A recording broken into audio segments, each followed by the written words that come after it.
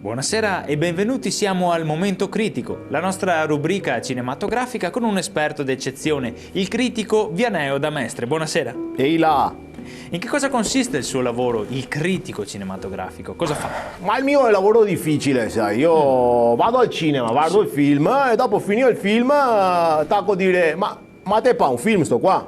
More, regista, cambia lavoro, ma te fa possibile? Mi te fa un bel film, mi fa una buona. Quindi lei guarda il film e critica. Secondo te sono critico, cosa fare? Critico no?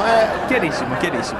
Ma allora concentriamoci, andiamo a raccontare ai nostri telespettatori alcuni grandi classici del cinema mondiale. Partiamo da un horror, Non aprite quella porta, trama.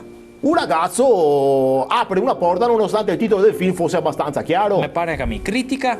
E ora se ti vuol fare quello che ti vuol dire, nonostante il titolo stesso del film ti dica che non ti puoi farlo, e ora fa il fenomeno, se è giusto che dite coppa, poi fenomeno! Bravo, bravissimo, bravissimo.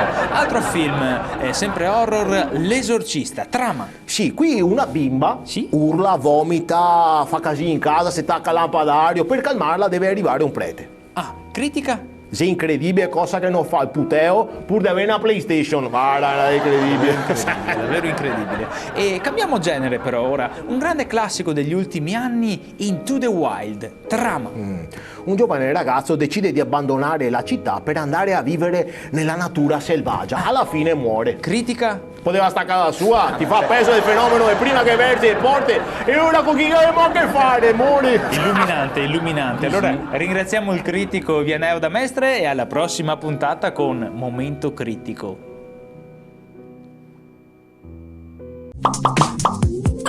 Benvenuti a Call Center, cortesia, il programma in dove chiamiamo a tutta gente che ha rogne, magagni e pensieri vari. E ora chi è che mi disturba oggi?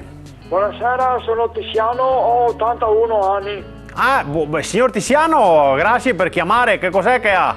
Niente, ho un problema con mio papà che è un po' anziano. Tiziano, se te hai 81 anni, ti quanti anni ha tuo papà? Scusa. Ne ha molto di rogne.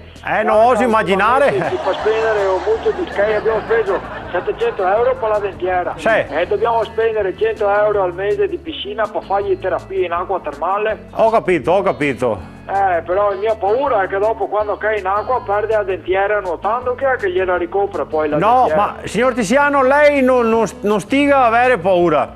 E a dentiera sotto acqua non ci va. Mi ascolti il me sottoscritto. Ma perché dici così? La dentiera non va mai sotto acqua e ce lo insegna la saggezza popolare, perché come dice il proverbio, un sorriso non si nega mai. Arrivederci. Arrivederci.